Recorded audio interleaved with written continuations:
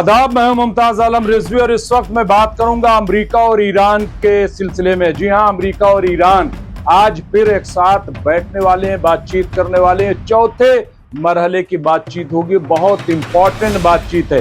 लेकिन इस बातचीत से पहले जो ईरान के वजीर खारजा हैं इराक़ची, वो सऊदी अरब पहुंचे। वहां उन्होंने कतर और सऊदी अरब के लीडरान से मुलाकात की, उनसे बातचीत की कि आखिर जो चौथे मरहले की अमेरिका के साथ बातचीत होनी है वो कैसे होनी है, उसका फॉर्मेट क्या होगा और ये बातचीत कितनी पायेदार होगी। क्योंकि न्यूक्लियर के साथ साथ फिलिस्तीन पर भी बातचीत होगी, गजा में जो जुल्म हो रहा है उस पर भी बातचीत होगी, यमन के हवाले से और फिर पूरे मिडिल ईस्ट के हवाले से बातचीत होनी है। लेकिन अच्छी बात यह है, पहले देख लेते हैं कि रिपोर्ट क्या। इस्लामी जमहूरिया ईरान के वजीर खारजा सैयद अब्बास इराक़ची का दौरा सऊदी अरब जनूबी हमसायों के साथ ताल्लुकात में फ़रोग़ और दो तरफ़ा और बाहमी ताउन के तसलसल में अंजाम पाया है। अपने सऊदी हम मनसब से मुलाकात और गुफ्तगू के दौरान वजीर खारजा इराक़ची ने फैसल बिन फरहान को ईरान और अमेरिका के माबैन मुज़ाकरात की आखिरी सूरत हाल से भी आगाह किया। इस मौके पर दिलचस्पी के उमूर समेत इलाकाई और बैनुल अक़वामी हालात का भी जायजा लिया गया। क़ब्ल अज़ीज़ सैयद अब्बास इराक़ची ने कल 9 मई को मशहद मुक़द्दस में शहर आरा न्यूज़ साइट के साथ बातचीत में ईरान अमेरिका बिलवास्ता मुज़ाकरात के चौथे दौर में सऊदी अरब और कतर के दौरों के बारे में तफसील से गुफ्तगू की। उन्होंने मुज़ाकरात के इस दौर के हवाले से ईरान के उसूली मौक़िफ़ के बारे में कहा। मुज़ाकरात की जगह और वक्त का तयन सालिस मुल्क अम्मान के ज़िम्मे है। वज़ीर ख़ारजा सैयद अब्बास इराक़ची ने कहा कि ओमान दोस्तों ने इतवार के बारे में हम सब से पूछा और हमने इससे इत्तफ़ाक़ किया।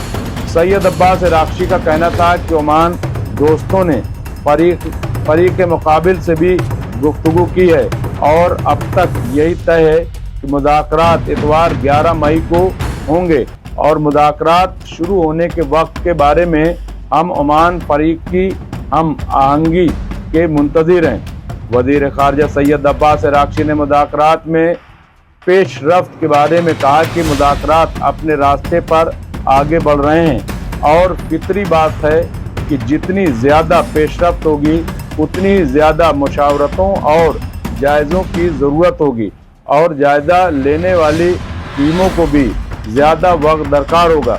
उन्होंने कहा कि अहम बात यह है कि हम इस रास्ते पर आगे बढ़ रहे हैं। सैयद अब्बास इराक़ची ने कहा कि मुज़ाकरात में हमारे मौक़िफ़ उसूली हैं और इनकी अपनी बुनियादें हैं जो नाकाबिले तग़य्युर हैं।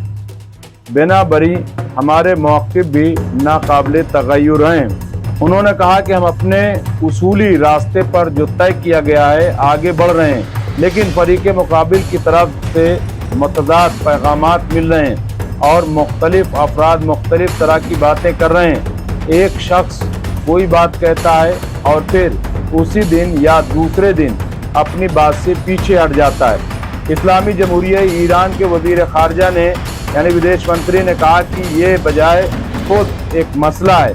बाज़ लोगों का ख्याल है कि ये इसलिए है कि अमेरिका में नई हुकूमत के कदम अभी पूरी तरह से नहीं जमे हैं या उन्होंने अपने मौक़िफ़ सही तरीके से तैयार नहीं किए हैं। उन्होंने कहा कि बाज़ लोग इसको मुज़ाकराती हीलों से भी ताबीर करते हैं। वज़ीर ख़ारजा सैयद इराक़ची ने कहा कि अलबत्ता हमारे नज़दीक इसकी कोई अहमियत नहीं है। हम अपने रास्ते पर आगे बढ़ रहे हैं और हमारे मौक़िफ़ पूरी तरह से वाज़ेह हैं। उन्होंने कहा कि हम अपने मौक़िफ़ पर इस्तवार हैं। जहां तक ईरानी अवाम के मफादात पूरे होंगे हम आगे बढ़ेंगे और जहां मफादात पूरे नहीं होंगे हम इस्तकामत से काम लेंगे।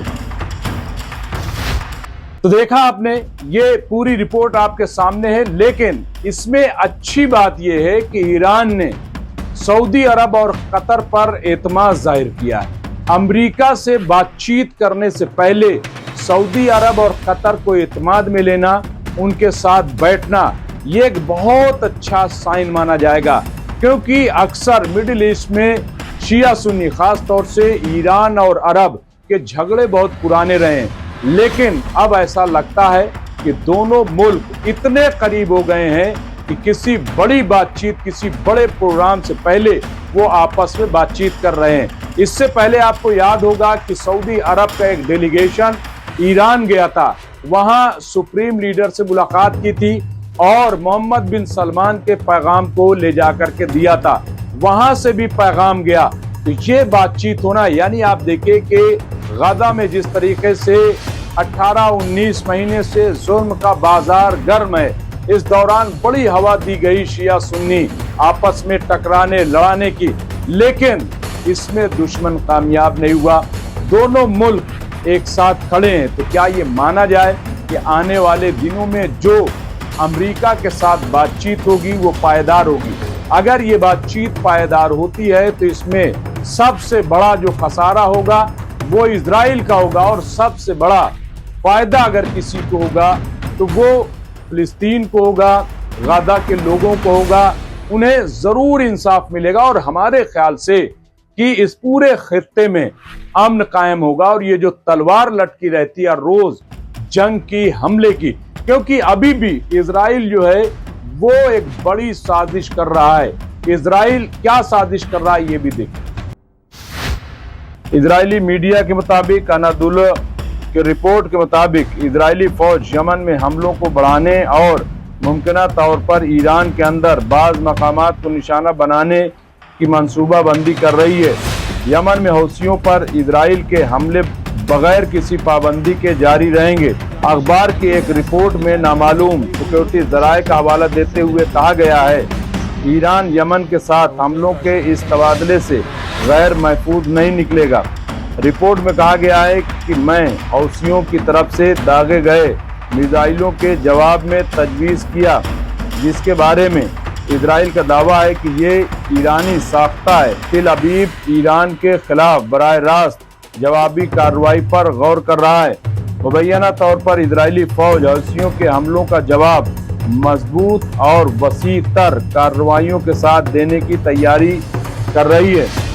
سیکورٹی ذرائع نے بتایا کہ اسرائیل اس وقت ایران کے اندر براہ راست اہداف کو نشانہ بنانے کے اختیارات کا جائزہ لے رہا ہے، اور وہ یمن میں میزائل لانچنگ سائٹس اور دیگر انفراسٹرکچر پر حملوں کو تیز کرنے کا ارادہ رکھتا ہے۔